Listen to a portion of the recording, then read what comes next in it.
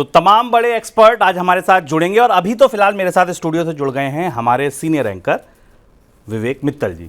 Sir, बाजार की तैयारी शुरू है? बिल्कुल शुभम, अगर देखें तो इस समय मार्केट में दो चीज़ों पर जो मार्केट फोकस कर रहा है वो है एक फिस्कल डेफिसिट का डेटा और दूसरा कि मार्केट में एक डर है कि वो कैपिटल गेन टैक्स को लेकर कुछ वित्त मंत्री चेंजेस तो नहीं करेंगी।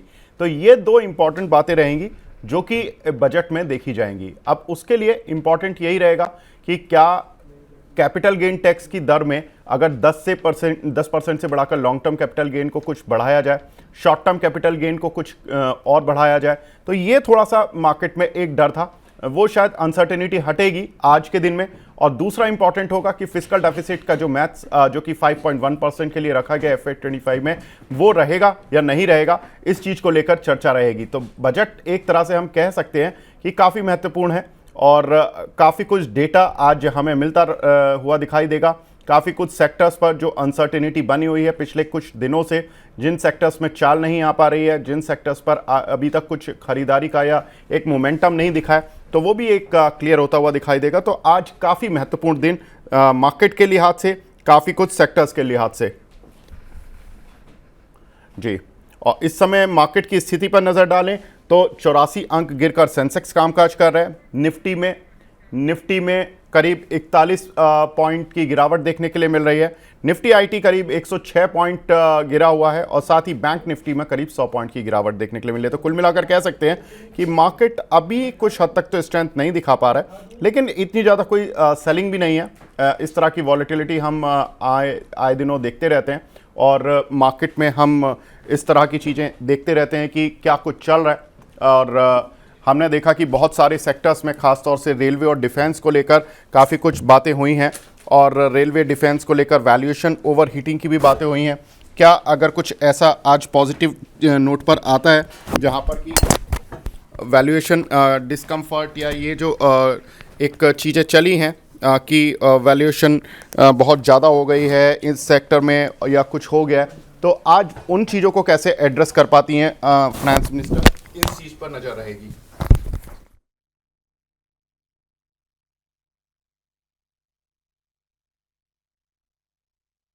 शेयर बाजार पर कैसा होगा बजट का असर?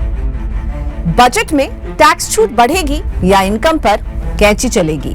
बचत, बीमा और निवेश के लिए कैसा होगा इस बार का बजट? शिक्षा, स्वास्थ्य और रोजगार, किस पर होगा ज्यादा फोकस? और सबसे जरूरी बात, क्या सुस्त पड़ी खपत को रफ्तार दे पाएगा ये बजट? सवाल अनेक, जवाब एक। बजट का दिन सिर्फ मनी 9 के साथ।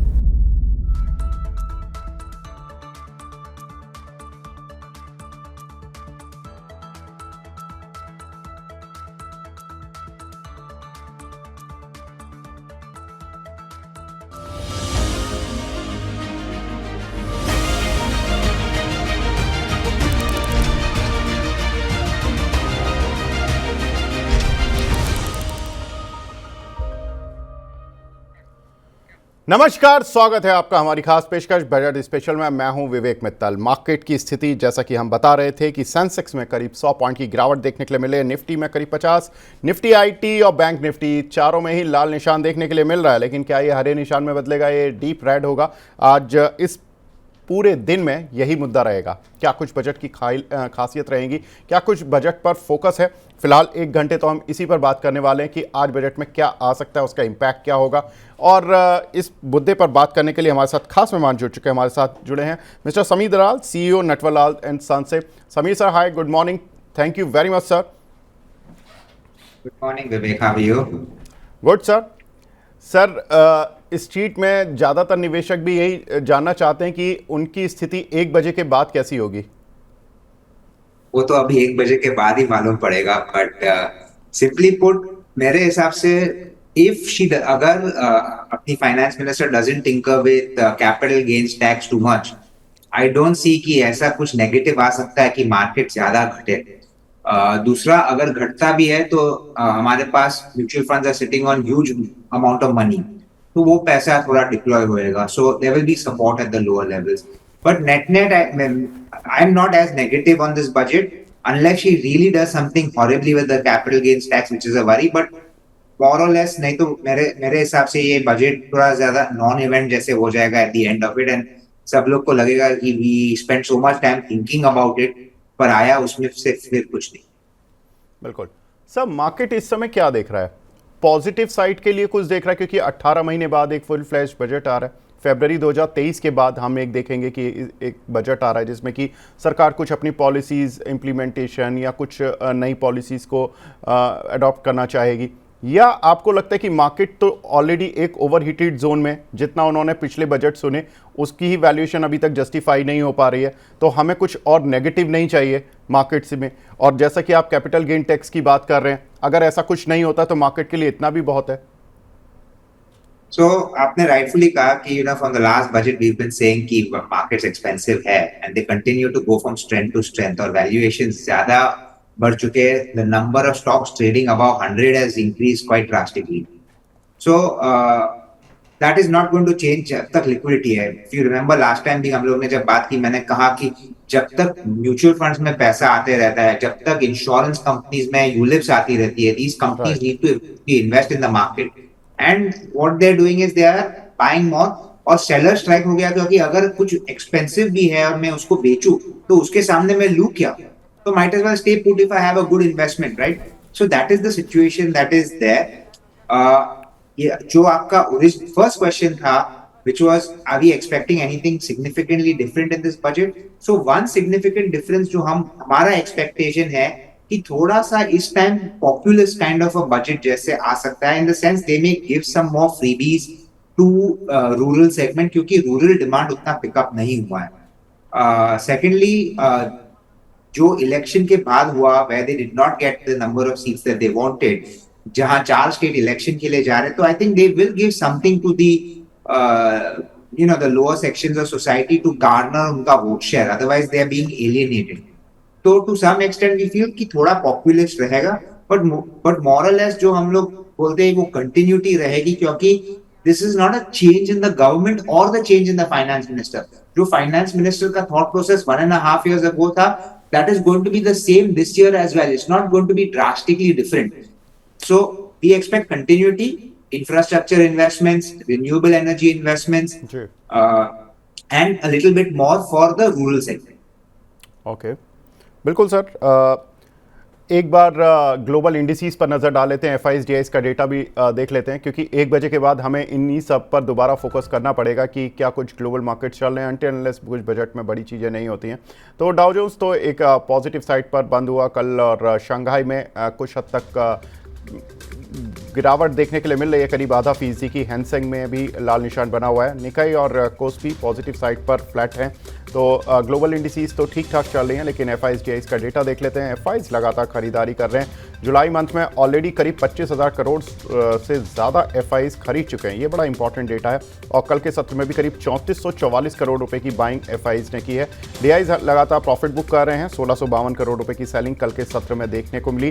गेनर्स लूजर्स पर नजर डाल लेते हैं, आज के टॉप गेनर्स कौन से हैं, क्योंकि बजट से पहले ये देखना काफ़ी इंपॉर्टेंट हो जाता है कि कौन से पर्टिकुलर सेक्टर हैं जहाँ पर कि आज मार्केट फोकस करने की कोशिश कर रहा है। तो बोरोसिल रिन्यूएबल एनर्जी पर थर्स्ट आ सकता है बजट में, क्योंकि अदानी ग्रीन पर भी आज एक हरा निशान देखने के लिए मिल रहा है। सुजलॉन अच्छे नतीजे, साथ ही विंड पावर से जुड़ी कंपनी, तो यहाँ पर भी एक रिन्यूएबल एनर्जी को लेकर थर्स्ट तो हो सकता है बाजार में। साथ ही राजेश एक्सपोर्ट, यहाँ पर करीब 6% की तेजी देखने के लिए मिल रही है। आसाही इंडिया ग्लास और HLE ग्लोस्कोट लिमिटेड, यहाँ पर करीब 3% की तेजी देखने के लिए मिल रही है।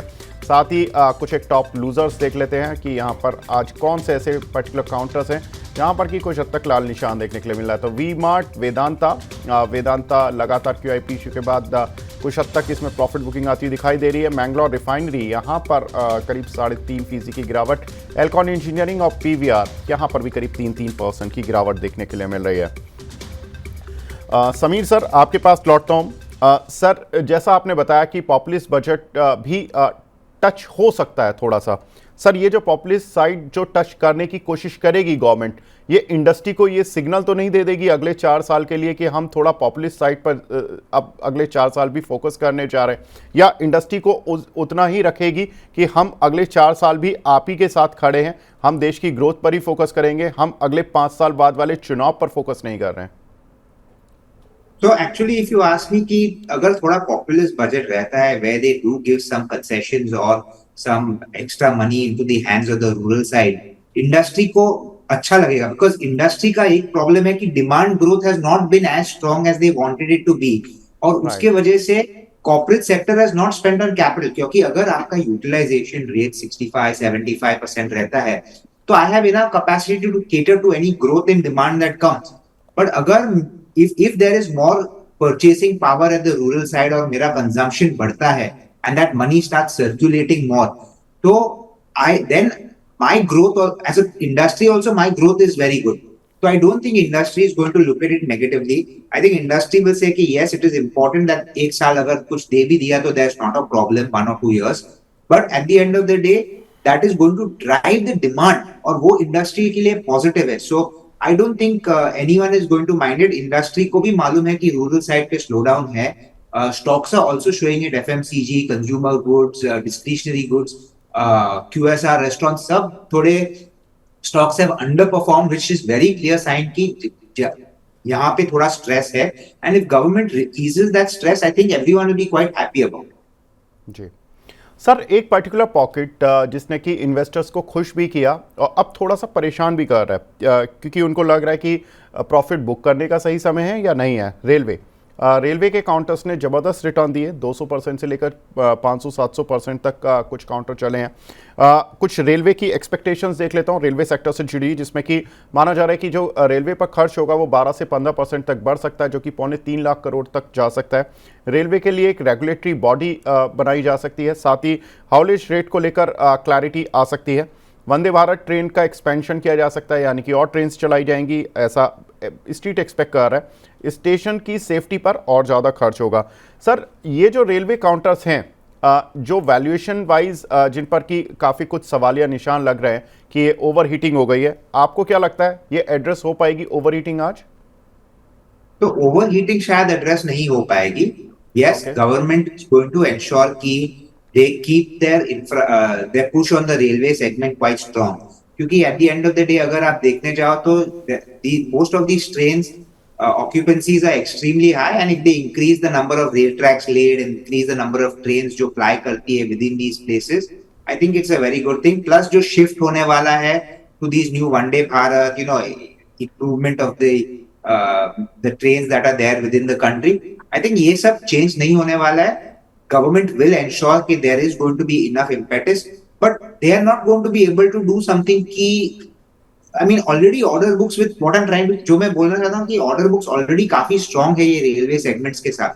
तो even if more orders come, execution is not going to happen at a very very immediate pace. तो थोड़ा टाइम लगने वाला है। ये सब stocks time correction या price correction होगा over a period of the next 1 or 2 years.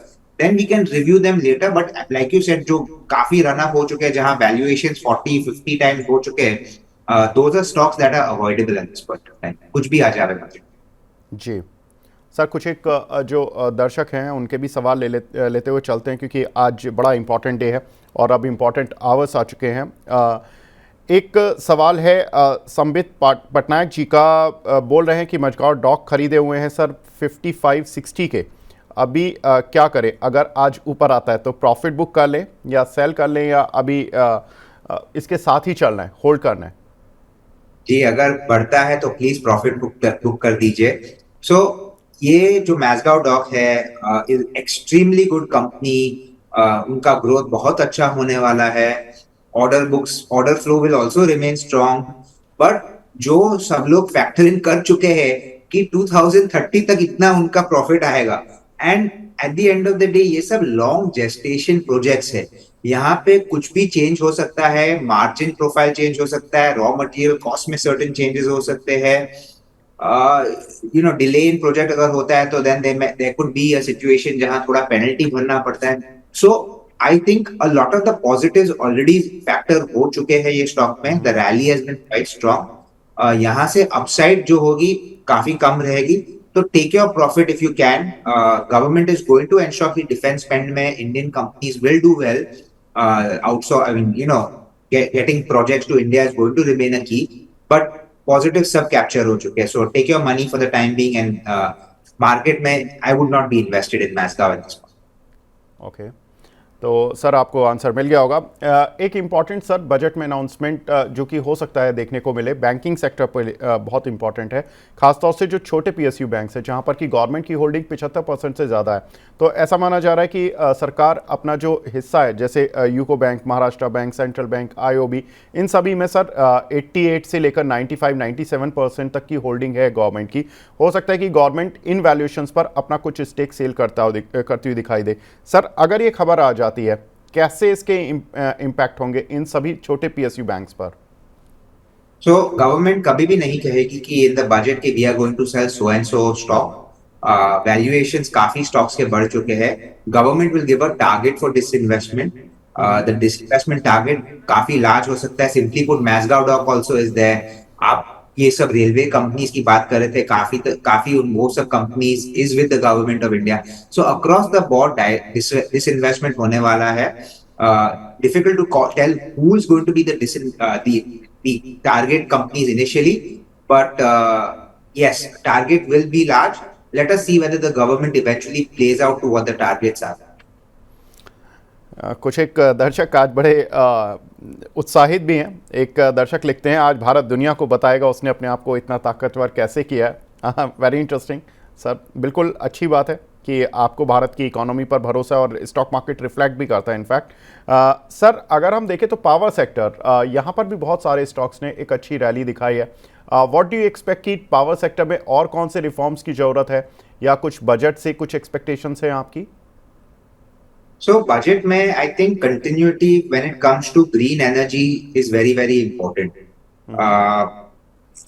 जो इंडिया का फोकस रहा है टू एंश्योर कि भी इलेक्ट्रिक व्हीकल का पुश आता है, तो जब electric vehicle runs on thermal power और some different sort of power which is not green, so we are only shifting the burden from cities to the location of power generation.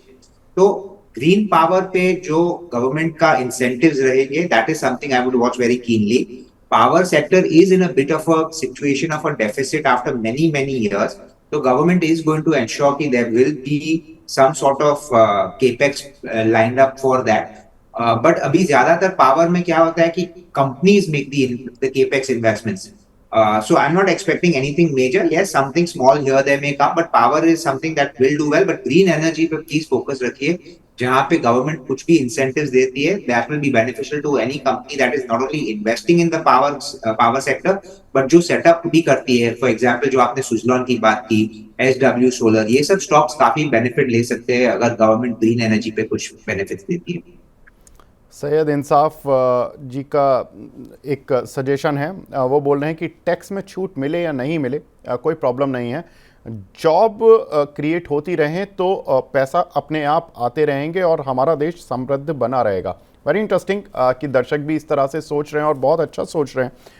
Sameer sir क्या लगता है, tax में छूट personal level पर, जो ये personal income tax है, इसमें कुछ टैक्स छूट के लिए गवर्नमेंट या FM सोचना चाहेगी, या आपको लगता है कि जॉब क्रिएशन ही उनका थर्स्ट एरिया होगा इस बार? तो job creation is very very important, पर जो टैक्स की छूट देनी चाहिए आई थिंक 100% देनी चाहिए. फॉर द सिंपल रीजन कि टुडे इफ यू अगर हम देखते हैं तो a person is tax at multiple levels. हम लोग पहले अपना टैक्स जो भरते हैं उस पे, फिर जो भी खरीदते हैं उस पे GST भी भरते हैं. So it kind of as a double taxation kind of system. Government should take a call ki up to at least 10 lakh rupees or something.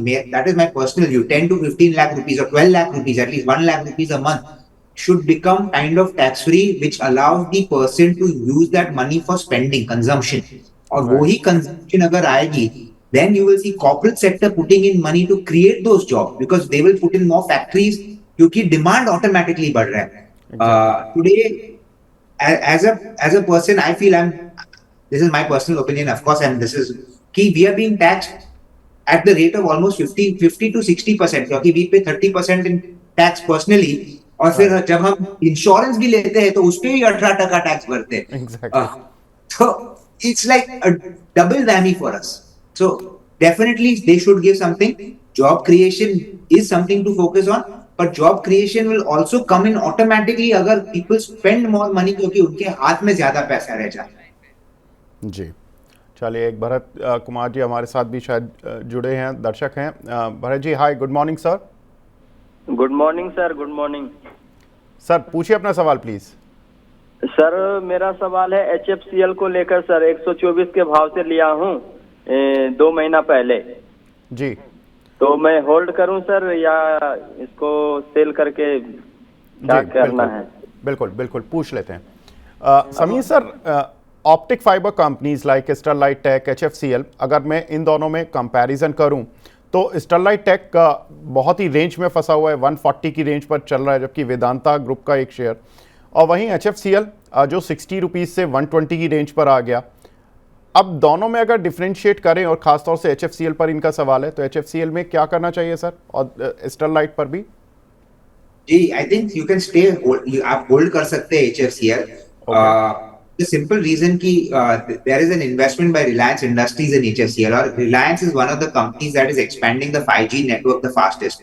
जो ऑप्टिक फाइबर केबल की रिक्वायरमेंट आएगी for increasing the 5G network through out the country, HFCL में order flow काफी strong रहेगा. So we believe the stock could probably do better. Apart from that, they also have certain other equipment, not only for 5G, but only optic fiber, but certain other products also, which are used in the defense kind of category, that are also used in different parts in telecom and different, direct to consumer ho. So, मेरे हिसाब से the company will do well over time. But yes, अभी भी काफी run up हो चुका है, तो maybe it may go through a little bit of a consolidation before it runs up, but you can stay invested. बिल्कुल, तो यहाँ पर इस समय मार्केट की स्थिति देखें तो वही बनी हुई है, 116 पॉइंट सेंसेक्स डाउन है, और निफ्टी में भी करीब 50 पॉइंट की गिरावट देखने के लिए मिल रही है। समीर सर, एक और important sector sir, hotel sector, यहाँ पर काफ़ी साल से सर, शायद जब हमने अपना करियर स्टार्ट किया था, जब से सुन रहे कि होटल सेक्टर को इंफ्रा का स्टेटस मिलना चाहिए। मुझे 15-20 साल तो हो गए सर मार्केट में ये सुनते हुए, लेकिन अभी तक मिला तो नहीं है। टूरिज्म सेक्टर को इंडस्ट्री का स्टेटस मिलने की भी बात हो रही है, स्ट्रीट एक्सपेक्ट कर रहा है। लाइसेंस के लिए सिंगल विंडो मिल्स होनी चाहिए, जो भी ऑनलाइन टूरिज्म से जुड़ी कंपनियां हैं उनके लिए, और दूसरा कि ऑनलाइन टूरिज्म कंपनियों पर नियम जो होने चाहिए वो इन लाइन विद जो ऑफलाइन वाले मॉड में काम करती हैं वो रहने चाहिए। सर, होटल सेक्टर के सारे ही ज़्यादातर share, beat Indian hotel, beat Lemon Tree और अदर होटल्स, बहुत शानदार ग्रोथ दिखाई है, खासतौर से पोस्ट कोविड। कैसे लगता है सर, इसमें कितने रिफॉर्म्स की ज़रूरत है, और ये जो स्टेटस इंडस्ट्री वाला मांग रहे हैं, क्या इस बार कैटर करना चाहिए इनको? Difficult for me to give that answer कि whether government will give it or whether they should give it. देखिए, सिंगल विंडो क्लियरेंस जो आप बात कर रहे हैं, that should be there for everyone. ऐसा नहीं होना चाहिए कि you need to take clearances to set up a hotel from 10 different, 15 different places. अगर सिंगल विंडो में आता है तो it becomes easier to do new projects, which is something very important I think ये कंट्री में, कि आप नए प्रोजेक्ट्स करिए। अभी क्या फिलहाल हो रहा है कि a lot of the industry is moving to management contracts, तो actually new capacity उतना नहीं generate हो रहा है, it is more rebranding जो हो रहा है and improvement of existing facilities. For example, Indian hotels ने they have signed up about 18 or 19 different management contracts जो ये साल will come in the various categories of the Taj group. But that doesn't mean कि these are all new investments that are happening. सिर्फ जो old जो अपना hotel run कर रहा था, he is giving it to the Taj group for management. So yes, it is important that the government gives some incentive to the sector. Tourism एक बहुत बड़ी सेक्टर है। इनफैक्ट अगर आप देखने चाहे तो इंटरनेशनल टूरिज्म अभी भी बहुत छोटा है as a percentage of domestic tourism. So there should be some incentive give, some sort of something given ki we can bring more international tourists and earn more dollars also, but how government is going to do that is difficult to tell. But industry is doing well, industry will continue to do well. Occupancy rate अगर high रहते हैं तो these hotel companies make a lot of good money, और अभी capital light model बन चुके हैं, तो that is why the stocks have started seeing these huge upmoves, क्योंकि ROC और ROE बहुत improve हुए. So one should continue to hold this stock, sir. Selectively, अभी जो बहुत ज्यादा valuation expensive हो गए, one can take some money off the table. But Indian hotels, for example, है, yes, it is expensive, but given the kind of expansion that is there, probably you might कि आप देखेंगे कि 1 year sideways movement आएगा और फिर वापस maybe the run up will start. But they will go through a bit of corrections, either time correction or price correction. जी sir, hydro power company like NHPC, SJVN, इन सभी companies में भी बहुत सारा रिटेल पार्टिसिपेशन है, because उन लोगों ने बहुत पैसा इन्वेस्ट किया था, काफ़ी समय से चले नहीं और चलना शुरू हुए तो शेयर्स में एक अच्छी स्पीड देखी। अब क्या करना चाहिए सर आज? So, like I said, renewable space पे government काफी incentives देता है. We feel they will give, because that is the way forward जो इंडिया को लेना चाहिए. तो hydro power is a kind of renewable energy, but वो प्रोजेक्ट्स लगाने में बहुत टाइम जाता है, 4 years 5 years.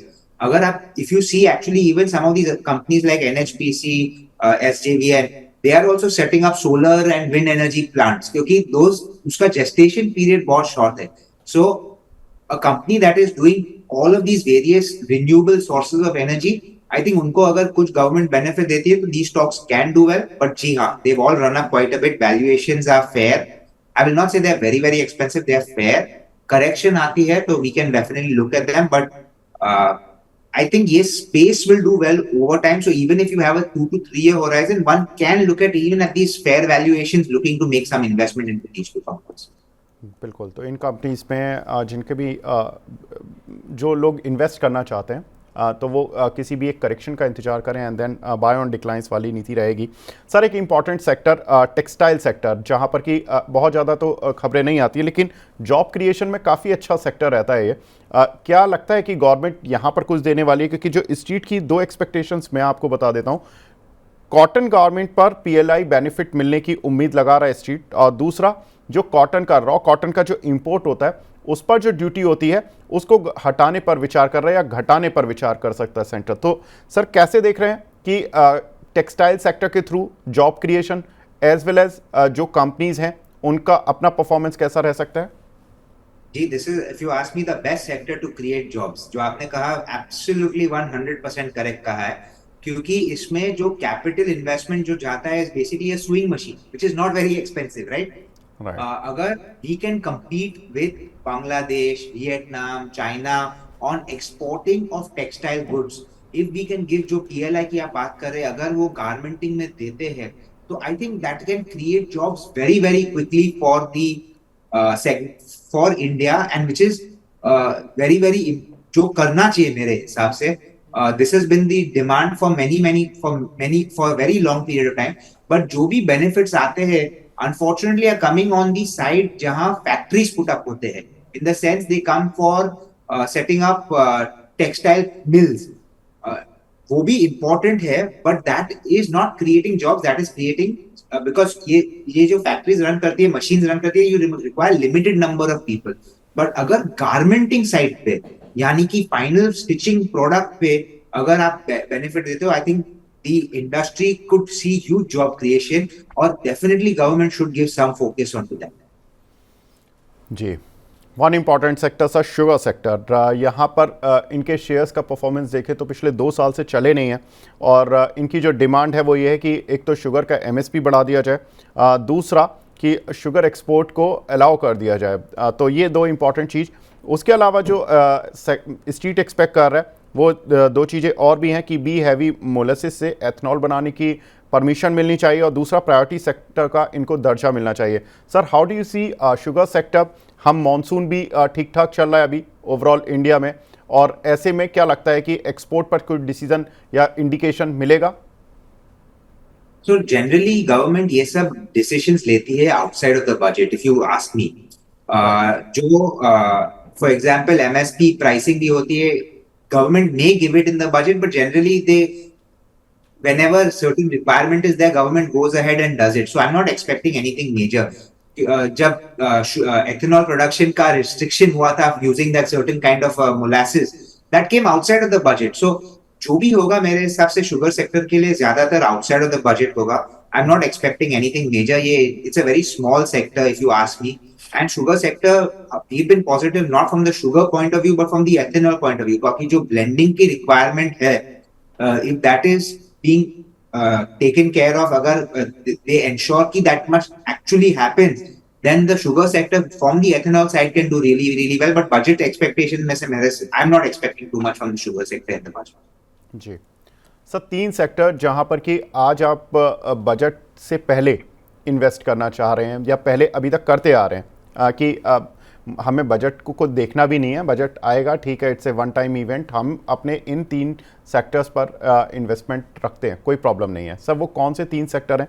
कुछ एक अगर स्टॉक्स भी आप बता दें तो और ज़्यादा अच्छा होगा सर। तो auto industry is something that always get some sort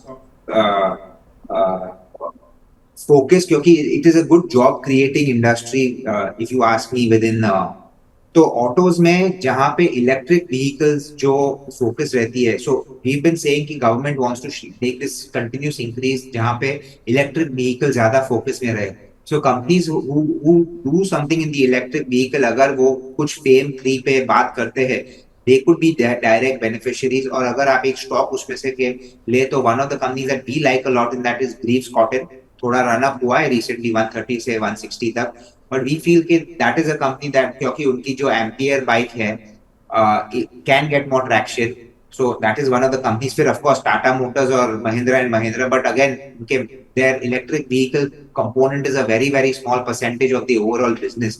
तो अगर कुछ बेनिफिट भी आते हैं तो it may not be significant on the price movement for the company. Another sector is renewable energy, जो मैंने कहा, Suzlon, SW, Solar are 2 stocks that we focus on for the simple reason कि अगर ये सब प्लांट सेटअप करने पड़ेंगे, the capex will be done by some of these companies, जिसका return will take time, but ये जो companies जो प्लांट सेटअप करती है उनका बेनिफिट इंस्टेंटेनियसली आ जाता है। So we like these kind of companies. और टेक्सटाइल्स में we can always look at companies, but unfortunately garmenting में बहुत कम कंपनीज है जो लिस्टेड है, but Vardhman is one of the companies जो टेक्सटाइल स्पेस में is something you can look at. Not that they are garmenting, but उनके जो प्रोडक्ट्स है, if the sales because of garmenting increases in the domestic market, they could do well. या फिर you could also get your branded companies like Siyaram who can do well, क्योंकि उनके लिए काफी benefits आ सकते हैं फ्रॉम द डोमेस्टिक मार्केट। जी, इसी बीच आप जो विजुअल्स देख रहे हैं उसमें वित्त मंत्री अब बजट भाषण देने जा रहे हैं और पहुंच चुकी हैं। अब थोड़ी ही देर में बजट भाषण शुरू हो जाएगा, तो देखना होगा कि आज क्या कुछ इंडस्ट्रीज़ को मिलने वाला है। समीर सर, कुछ लोग इरिडा को लेकर काफ़ी उत्साहित हैं स्ट्रीट में, और जिस तरह का परफॉर्मेंस है डेफिनेटली होना भी चाहिए, क्योंकि 30-35 रुपए की रेंज पे ये काउंटर लिस्ट होता है एंड देन फिर चलता चला जाता है। आई मीन इसका जो IPO आता है वो 30 रुपए की रेंज पर आता है और उसके बाद ये कभी वो रेट नहीं देखता, और अब 300 रुपये तक भी पहुँच गया काउंटर। रिपोर्ट्स भी इस पर पॉजिटिव नेगेटिव्स दोनों आ रही हैं। How do you see IREDA sir? Over valued, मैं आपको एडवाइस दे सकता हूँ कि सेल आउट। अब जब भी ये ट्रेंड थोड़ा ये स्टॉक में चेंज होगा, you will not see this price maybe for the next 7-8 years. Simply put, this is a company that focuses on financing renewable energy products. मैं नहीं बोलता हूँ कि the demand for that is not going to come, but ये जो financing of renewable energy products है, it is not only IREDA जो करेगी, it can be done by the likes of PFC, REC, banks, NBFCs which cater to the infrastructure segment. So there is going to be strong competition that comes into the space. और जब competition आएगी, cost of funding is going to be key. और cost of funding अभी भी मैं आपको बोलूँ, banks are probably the lowest. So banks will start taking away some amount of market share from IREDA, maybe not significant, but if अगर pricing पे pressure आता है तो IREDA will not be able to make the same kind of profit, और valuations are far higher than what justifies. बिल्कुल, तो यहाँ पर इरिडा पर थोड़ा सा वैल्यूएशन कंसर्न है। Sir, how do you see shipping sector? Shipping sector में काफ़ी कुछ अच्छा रनअप हमें देखने के लिए मिला। जी शिपिंग, शिपिंग कॉर्पोरेशन, बहुत सारे सर शेयर्स हैं, उनको कैसे देख रहे हैं सर? जी, no call on the shipping sector, I don't have any coverage on that, कभी ओके स्टडी नहीं। एंड सर, डिफेंस में आपने बताया कि हमें कुछ भी गिरावट होती है तो हमें बाय करना है। सर, कोई पर्टिकुलर जो स्मॉल कैप मिड कैप को लेकर एक बात हो रही है पर्टिकुलरली कि जो म्यूचुअल फंड्स हैं या कुछ एक सर्टेन इन्वेस्टर क्लास है, उसको लेकर कुछ सख्ती आ सकती है। How do you see sir, कुछ एक्सपेक्टेशन है उस साइड पर? सो डिफेंस में मैंने नहीं कहा कि you must buy on corrections. अगर correction it should be a very very deep correction, क्योंकि valuations for defense stocks have gone up way out of my fundamental analysis, I mean, जो which can justify these purchases, जो मैं आपको बोल सकता हूँ. So I would say government is going to give some benefits to Indian defense companies. अगर आपको focus रखना है तो you can look at companies that have not run up. अभी L&T for example, it has run up, but उतना नहीं run up हुआ है. Infrastructure plus defense है, तो that could be a company that gets some benefit. But जो pure defense companies है जो बहुत रन अप हो चुके हैं, I would avoid them for the time being. बिल्कुल, तो डिफेंस काउंटर को सर ने अवॉइड किया है, लेकिन सर ने जो दूसरे PSUs थे, जैसे कि सर ने रिन्यूएबल एनर्जी था, उस पर बिल्कुल बोला कि यहाँ पर कुछ भी NHPC या SJVN टाइप के जो शेयर थे, यहाँ पर अगर कुछ भी करेक्शन आता है तो यहाँ पर खरीदारी करना है. अब हमारे साथ दूसरे खास मेहमान भी जुड़ चुके हैं. हमारे साथ जुड़े हैं mister Rajat Sharma, founder Sana securities से. Rajat ji, hi, good morning. Good morning. Rajat ji, क्या उम्मीद कर रहे हैं आप इस बजट से? कुछ चेंज होगा या फियर केवल जो स्ट्रीट में बना हुआ है वो भी अगर खत्म हो जाए तो चलेगा? नहीं विवेक, इसमें दो चीजें हैं. बजट के दिन मैं पिछले कई सालों से बजट को मॉनिटर कर रहा हूँ, और इतने सालों में मैंने एक चीज समझ ली कि बजट के दिन अगर आप पिछले 15-20 साल का हिस्ट्री देखें, ऑन एवरेज मार्केट 1.5 से 2% या तो ऊपर होता है या नीचे होता है और वोलेटाइल रहता है.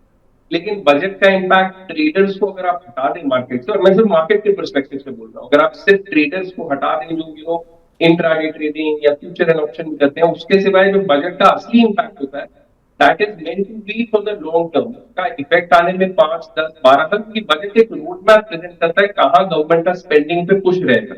तो अगर आप स्टॉक मार्केट की बात करें तो पर्सनली मेरा ये मानना है दैट जितना कुशन इस बार गवर्नमेंट के पास है उतना कई सालों से गवर्नमेंट के पास नहीं रहा. फिस्कल डेफिसिट कम हुआ है, गवर्नमेंट की टैक्स कलेक्शन बहुत ज्यादा है, और बहुत बड़ा एक डिविडेंड RBI से मिला साल के फाइनेंशियल ईयर की बिगिनिंग में. तो गवर्नमेंट के पास काफी कुशन है सोशल रिफॉर्म्स को पुश करने का और स्पेंडिंग बढ़ाने का, क्योंकि वैसे भी गवर्नमेंट का ज्यादा टैक्स कलेक्शन ज्यादा सोच GST की तरफ है. तो इससे दो चीज होती है, गवर्नमेंट कैपेक्स करेगी, इसमें कोई दो राय नहीं. गवर्नमेंट कैपेक्स भी बढ़ाएगी और थोड़ा कंजम्पशन को भी ड्राइव करेगी, लेकिन कैपेक्स बढ़ने से जो स्टॉक्स को फायदा मिलेगा, no doubt infrastructure, particularly renewable theme, चाहे आप स्टॉक्स देखें पावर की जिनकी बात हुई है, SJVN, NHPC, NTPC, ये सारे स्टॉक्स अगर आप देखें इनको फायदा भी मिल सकता है, लेकिन ये इतना चल चुके हैं और इतनी एक्सपेंसिव वैल्यूएशन पे ट्रेड कर रहे हैं कि आज का अगर 2-4% ऊपर नीचे आप छोड़ दें तो लॉन्गर टर्म में at least medium to longer term में ये एक बार नीचे आए तब ये लोगों के परचेजिंग पावर में आएंगे, तब इनका वैल्यूएशन जस्टिफाई होगा. सिमिलरली अगर आप देखें डिफेंस या पावर, एज आई सेड, या रिन्यूएबल स्टॉक्स को भी अगर आप देखें तो वी वर लुकिंग एट, हम कुछ देख रहे थे रिन्यूएबल और मैन्युफैक्चरिंग कंपनीज, इनमें जितनी भी कंपनीज हैं, जो 2-3 कंपनीज हमने देखी जो हमको पसंद भी आई जी, सब इतनी ऊंची वैल्यूएशन पे ट्रेड कर रहे हैं कि कुछ मिलेगा नहीं. अब जहां तक बात है सेक्टर्स जो कि बेनिफिट करेंगे, चाहे ना चाहे इस बजट के बाद एक थीम जो बहुत अच्छा करेगी वो मेरे हिसाब से रहेगी कंजम्पशन और FMCG ड्रिवन स्टॉक. तो उसकी बहुत क्लियर वजह है. एक पहली वजह तो ये कि ये सेक्टर बहुत ज्यादा चला नहीं. दूसरी चीज, गवर्नमेंट का फोकस रहेगा एम्प्लॉयमेंट. आजकल अखबारों की हेडलाइन है अनएम्प्लॉयमेंट, तो उसके लिए आई थिंक गवर्नमेंट के लिए ये कोई, और तीसरी चीज है कि गवर्नमेंट की तीसरा फोकस रहेगा कंजम्पशन को ड्राइव करना. उसके लिए अगर गवर्नमेंट स्लैब्स में थोड़ा बहुत चेंज कर दे, 7 लाख तक टैक्स रिबेट जो दिया वो उसको बढ़ा के 10 लाख कर दे, तो गवर्नमेंट की बैलेंस शीट पे कोई फर्क नहीं पड़ने वाला. हमने कई साल से देखा है जब 5 लाख से बढ़ के स्लैब 7 लाख होता है तो लोगों की इनकम मैजिकली 7 लाख हो जाता है. टैक्स फाइलिंग रिटर्न रहता है 10 लाख भी हो जाएगा. रजत सर, मैं आपके पास लौटता हूँ, थोड़ा सा ऑडियो प्रॉब्लम आ रहा है, मैं आपके पास लौटता हूँ. Sameer sir, last sector I am just going to discuss with you and then उसके बाद हम बात करेंगे सर दूसरी मुद्दों पर. लेकिन एग्री सेक्टर में सर, फर्टिलाइजर, यहाँ पर हमने देखा है कि काफ़ी कुछ स्टॉक्स में रनअप देखने के लिए मिला है, और इस बार बात इस स्ट्रीट की तरफ से ये हो रही है कि जो डायरेक्ट बेनिफिट ट्रांसफ़र है उसका पार्ट 2 शुरू हो सकता है. ऐसा कुछ है क्या सर इस स्ट्रीट में? कुछ इसको लेकर ज़्यादा कुछ उत्साह है? और दूसरा हो रहा है कि ऑर्गेनिक का जो फार्मिंग है उस पर कुछ इंसेंटिव भी मिल सकते हैं. क्या कुछ देखते हैं सर फर्टिलाइजर सेक्टर को? तो फर्टिलाइजर पे हम लोग थोड़ा पॉजिटिव ही है, बिकॉज लाइक आई सेड जो रूरल सेक्टर में थोड़ा स्ट्रेस है, that caters a lot from the agri segment, right? तो अगर गवर्नमेंट कुछ भी एग्री सेक्टर पे, apart from doing money, giving money in the hands, direct money in the hand of the person, they can route it through various other means, which is through the agri segment, farmer को benefit for fertilizers, yeah, from the direct benefit transfer या things like that. तो we believe कि वहां पे definitely कुछ benefit आएंगे. Agri is a sector that the government is going to focus on, क्योंकि Haryana, like a state like Haryana is going in for election, जहाँ you find a lot of these kind of farmers जहाँ पे benefits आएंगे. So we believe कि fertilizer is going to be a segment that they cater on. How the benefit is going to come, I don't have an answer. He'll have to wait for the budget, but stocks already काफी factor in कर चुके हैं. अगर कुछ नहीं आता है तो in fact the risk is that the stocks may fall far more than getting an upside अगर कुछ आता है. So be a little careful of investing in them अगर कुछ आता भी है, because a lot of it is factored into the price. जी सर, एज यू सेड कि ऑटो सेक्टर में you are just focusing on the EV side, and EV में एक चीज़ जो एक्सपेक्टेशंस बन रही है स्ट्रीट की, वो है कि फेम का बेनिफिट थोड़ा सा बढ़ाने पर गवर्नमेंट डिसीजन ले सकती है, उसका जो समय सीमा है उसको भी बढ़ाया जा सकता है. दूसरा कि लिथियम बैटरी पर जो 18% जीएसटी, हालांकि ये जीएसटी काउंसिल डिसाइड करता है, लेकिन कहीं ना कहीं इस मुद्दे को लेकर टच अपॉन जरूर कर सकती हैं फाइनेंस मिनिस्टर की. और तीसरा जो इम्पॉर्टेंट, जो मारुति ने भी इसमें सेंटर से बात की थी कि हाइब्रिड व्हीकल ही आने वाले समय में एक फ्यूचरिस्टिक पूरी तरह से बन पाएंगे, क्योंकि पूरी तरह से ईवी को इंप्लीमेंट करना मुश्किल है. उन्होंने यूपी का भी मॉडल उनके सामने पेश किया और उन्होंने कहा कि हम बाकी स्टेट से भी बात कर रहे हैं. तो हाइब्रिड व्हीकल पर कैसे देख रहे हैं सर? कोई टैक्स छूट मिल सकती है और फेम का बेनिफिट कितना फायदा दे सकता है ईवी कंपनीज को? तो फेम का benefit definitely I think will come to EV companies, because अगर गवर्नमेंट कुछ फेम बढ़ाती है, and it is actually if you see very important, आपने राइटफुली सेड कि जो जीएसटी है वो तो जीएसटी काउंसिल डिसाइड करेगी, तो we can not discuss it here, but government can give certain incentives to manufacture electric batteries, lithium ion batteries in India. That automatically will be a push for the segment. So it is important to see कि government क्या benefits देती है for the electric vehicle segment. I think that is one segment that can do well. Again, companies अगर आप focus करो which cater to them, then Exide और Amara Raja batteries है जो which are there. Again ये stocks में काफी run up हो चुके हैं, and anticipation की ये जब setup होएंगे उनके profits काफी आएंगे and they will do well. So the run up has been quite significant. जहां हमने बात की, see you have to look everything today जो हम लोग देखेंगे is also to how we can, हम कैसे इसमें से benefit ले सकते हैं. अगर आप देखें तो महिंद्रा और टाटा मोटर्स के इलेक्ट्रिक व्हीकल सेल्स में बेनिफिट आ सकते हैं, but there is a very small component. अगर आप हीरो होंडा या बजाज ऑटो में देखें, they are also catering to the electric scooters, but again अगर आप देखने जाए तो it's a very small percentage of their overall sales that comes from there. Where जो कंपनी वी फील will benefit, जहां पे electric is a significant part of their overall portfolio which can do well and their profitability can change, that is something to focus on. एक जो company हमने आपको already we said we look at is Greaves Cotton. So apart from that, then you have to keep studying more, but there are pure electric scooter companies, but they are unheard of names, so I don't want to mention them on your channel at this point. But yes, there are certain other companies जो pure electric scooter बनाती है, which can be looked at. बिल्कुल. I think watt wizard का बात कर रहे हैं sir आप? समीर सर, वाट विजार्ड की बात कर रहे हैं आप? वाट विजार्ड की बात कर रहे हैं? There's one more also, which also makes drones but electric under the Revolt brand. मैं अभी let the person study, whoever wants to study the. Okay. Sameer sir, आप हमारे साथ जुड़े इस खास दिन पर, खास टाइम आपने दिया. Thank you very much sir हमसे जुड़ने के लिए, अपना प्रीशियस टाइम देने के लिए. Thank you.